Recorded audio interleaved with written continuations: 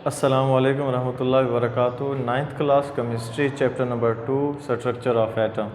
Last time जो हमने पढ़ा था वो आइसोटोप्स के बारे में पढ़ा था और आइसोटोप्स के एग्जांपल के बारे में पढ़ा था। आज जो टॉपिक है वो है यूजेस ऑफ आइसोटोप्स, कि आइसोटोप्स का इस्तेमाल। जो आइसोटोप्स होते हैं वो दो तरह के होते हैं।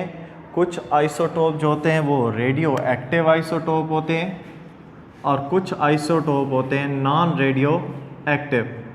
जो रेडियो एक्टिव आइसोटोप्स हैं वो आइसोटोप कहलाते हैं जिनमें से रेडिएशंस खारिज हों।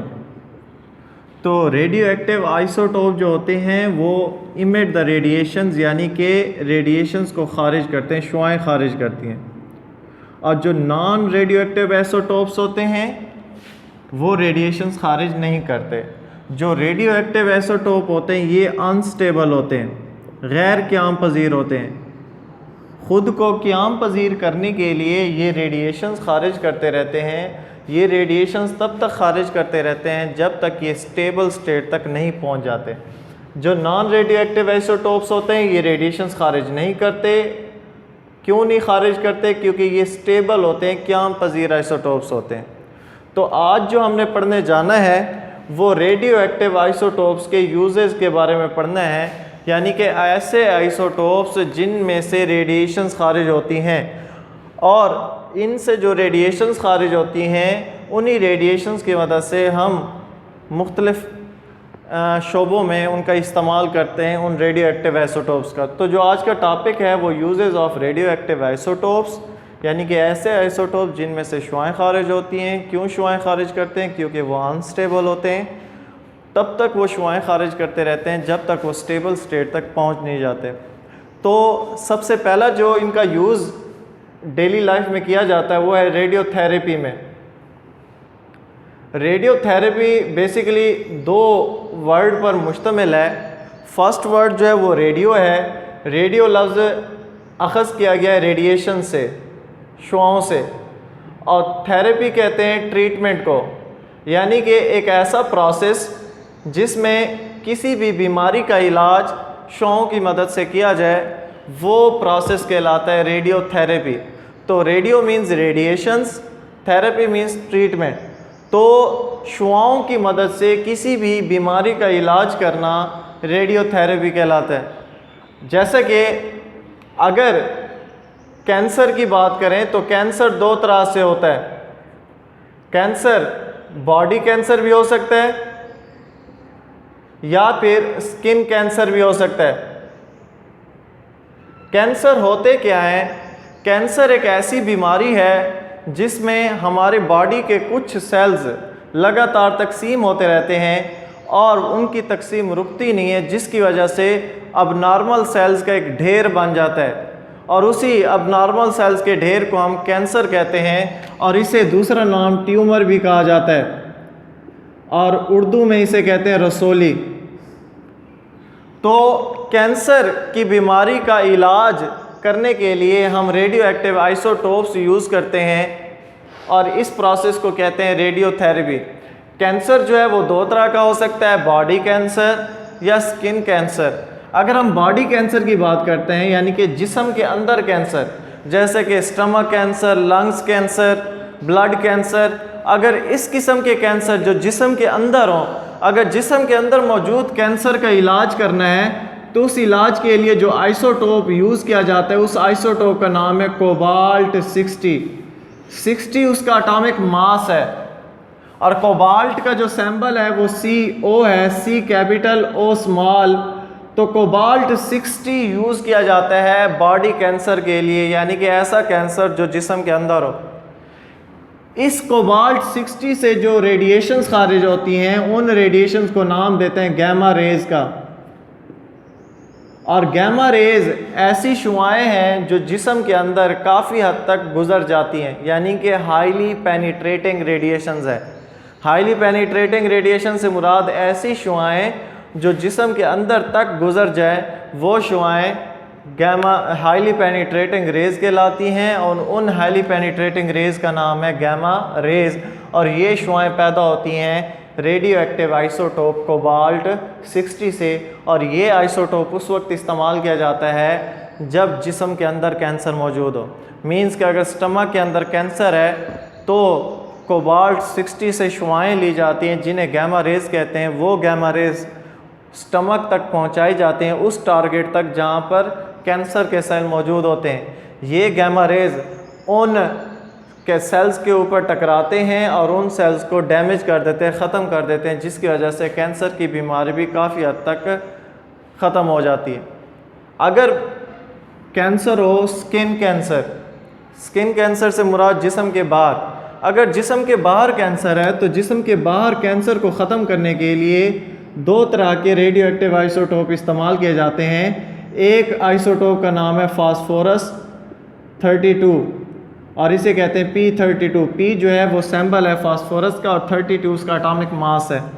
और दूसरा है स्ट्रोंशियम, स्ट्रोंशियम 90। स्ट्रोंशियम का जो सैम्बल है वो SR है और 90 इसका एटॉमिक मास है।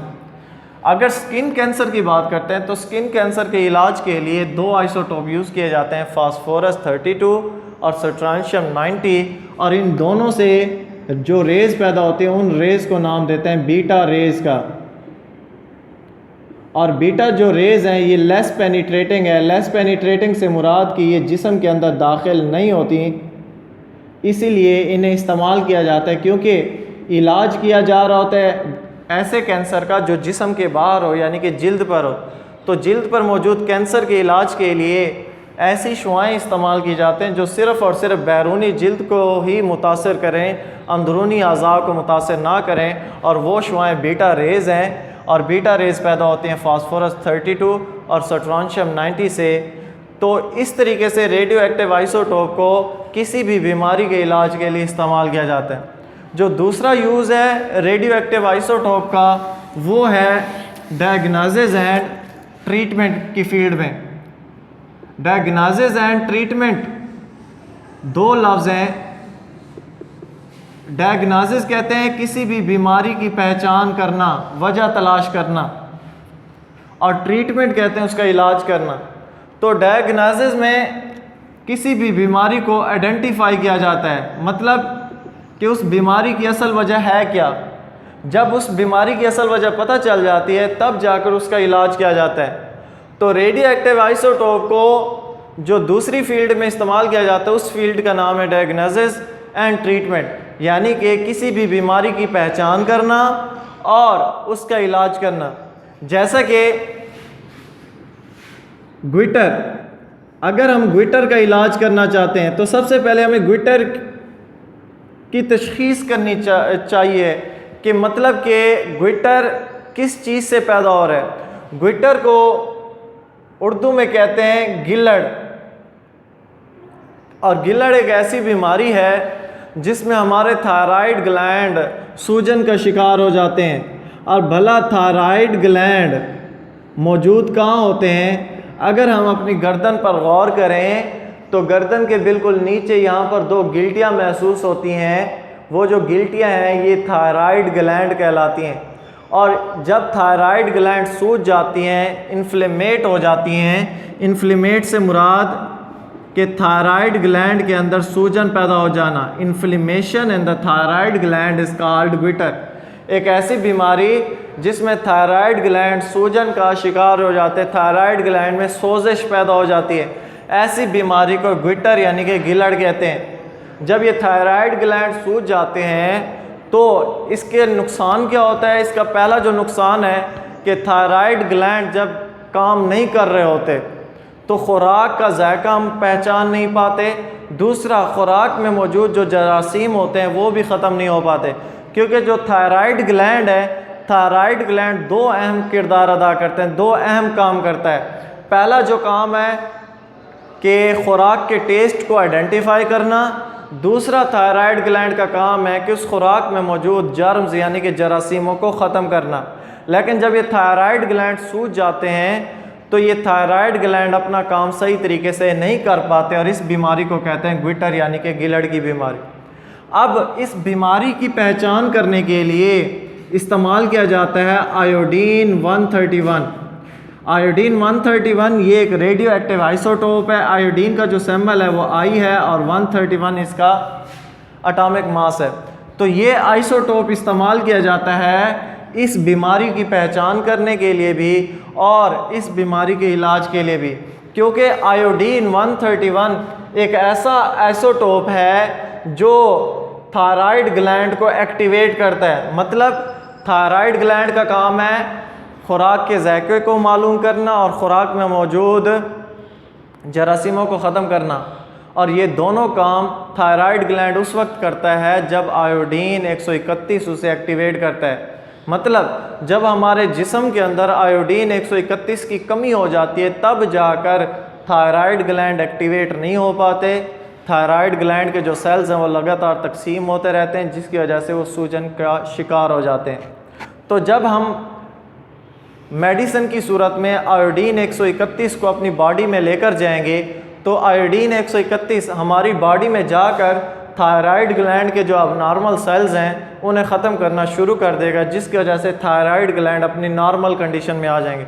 जब थायराइड ग्लैंड अपनी नॉर्मल कंडीशन में आ जाएंगे तब जाकर वो अपना काम करना भी शुरू कर देंगे। तो आयोडीन 131 की मदद से हमें उस बीमारी का पता भी चल जाता है और साथ ही उस बीमारी का इलाज भी हो जाता है। तो ग्विटर एक ऐसी बीमारी है जिसमें थायराइड ग्लैंड में इन्फ्लेमेशन पैदा हो जाती है और इसके इलाज के लिए और इसकी पहचान के लिए आयोडीन 131 जो एक रेडियो एक्टिव आइसोटोप है वो इस्तेमाल किया जाता है। दूसरा कि बोन ग्रोथ के लिए भी आइसोटोप को यूज़ किया जाता है। मतलब कुछ बच्चे जब पैदा होते हैं तो उम्र तो उनकी बढ़ती जाती है लेकिन कद के लिहाज से वो छोटे रह जाते हैं। क्यों? क्योंकि उनकी ग्रोथ नहीं हो पा रही होती, उनकी जो हड्डियां हैं उनकी हड्डियों की नशोनुमा नहीं हो पा रही होती। और उसी नशोनुमा को मालूम करने के लिए कि आया कि इनकी नशोनुमा क्यों रुकी हुई है, उनकी नशोनुमा को मालूम करने के लिए एक आइसोटोप इस्तेमाल किया जाता है जिसका नाम है टेक्नीटियम। तो टेक्नीटियम आइसोटोप को इस्तेमाल किया जाता है हड्डियों की नशोनुमा को मालूम करने के लिए कि आया कि उस बच्चे की हड्डियों की नशोनुमा क्यों रुकी हुई है, उसकी असल वजह क्या है। तो उस टेक्नीटियम को ब्लड के अंदर भेजा जाता है। उस टेक्नीटियम को जब ब्लड के अंदर भेजा जाता है तो ब्लड सर्कुलेट करता करता हड्डियों तक पहुंचता है और जिस जगह पर डिफेक्ट होता है तो वो हमें सेंसर की मदद से मालूम होना शुरू हो जाता है कि आया कि इसकी असल वजह है क्या।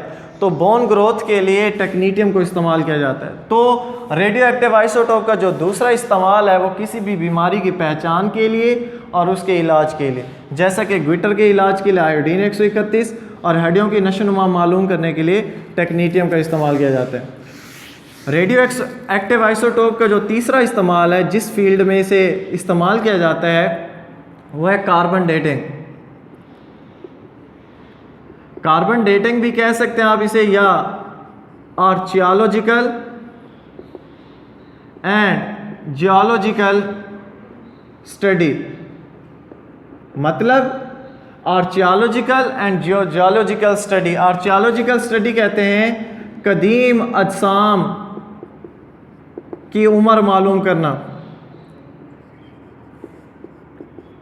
और जियोलॉजिकल कहते हैं ज़मीन और ज़मीन की साख्त और ज़मीन की उम्र को मालूम करना। तो इस मकसद के लिए भी आइसोटोप को इस्तेमाल किया जाता है और इसका दूसरा नाम है कार्बन डेटिंग। अगर हम बात करते हैं आर्चियोलॉजी की, यानी कि आर्चियोलॉजी में ज़्यादातर हम पढ़ते हैं कदीम अजसाम, और कदीम अजसाम जैसे कि फॉसल्स हो गए या फिर कोई भी ओल्ड ऑब्जेक्ट्स हो गए जैसे कि स्टोन्स वगैरह, पत्थर वगैरह। इन तमाम कदीम अजसाम की स्टडी की जाती है with the help of radio active isotopes और इस प्रोसेस को कहते हैं कार्बन डेटिंग। अब जितने भी फोसल में कहते हैं ऐसे जानदार जो मर चुके हों उनके मुर्दा जिस्म, वो मुर्दा जिस्म हड्डियों की सूरत में मौजूद हो सकते हैं। उन मुर्दा अजसाम का मुताला किया जाता है रेडियो एक्टिव आइसोटोप्स की मदद से, ये मालूम करने के लिए कि ये जानदार कितना साल पहले ज़िंदा था और इसे मरे हुए कितना साल हो गए, यानी कि इसकी उम्र कितनी है। तो ये मालूम करने के लिए रेडियो एक्टिव आइसोटोप इस्तेमाल किए जाते हैं। जैसे कि साइंसदानों को डायनासोर की हड्डियाँ मिली इस ज़मीन की तह में, समंदरों की तह में, तो जब साइंसदानों ने वो हड्डियाँ निकाली तो उन हड्डियों की मदद से उन्होंने उन हड्डियों की मदद से उन डायनासोर की उम्र को भी मालूम किया कि आखिर ये डायनासोर कितने साल पुराने थे। तो डायनासोर जो है वो जानदार है, जानदार था, मर गया, इस ज़मीन पर उसकी हड्डियाँ मौजूद थी, हमने वो निकाली और रेडियो एक्टिव आइसोटोप की मदद से उसकी उम्र मालूम की। जो जानदार होते हैं, जानदार का जिस्म बायो एलिमेंट पर मुश्तमिल होता है और उन बायो एलिमेंट में से एक बायो एलिमेंट कार्बन है और कार्बन की मिकदार जानदार के जिस्म में 18% है। यानी कि हमारा जिस्म या किसी भी जानदार का जिस्म, चाहे वो पौधा है, जानवर है, कोई भी है, उसका जिस्म 18% कार्बन पर मुश्तमिल है। तो हमारे जिस्म के अंदर 18% कार्बन मौजूद है। अब इसी कार्बन की मदद से हम क्या करते हैं, उस जानदार की उम्र मालूम करते हैं और इस तरीक़ेकार को कार्बन डेटिंग कहते हैं। डेटिंग कहते हैं एज डिटरमाइन करना, उम्र मालूम करना। कार्बन कार्बन से निकला है क्योंकि वो जो जिस्म है, वो जो जानदार हैं, वो कार्बन पर मुश्तमिल है। कार्बन की मदद से उन जानदारों की उम्र को मालूम करना कार्बन डेटिंग कहलाता है। लेकिन यहाँ पर जो कार्बन यूज़ किया जाता है वो रेडियो एक्टिव कार्बन होता है और उस कार्बन को नाम देते हैं कार्बन 14 C14।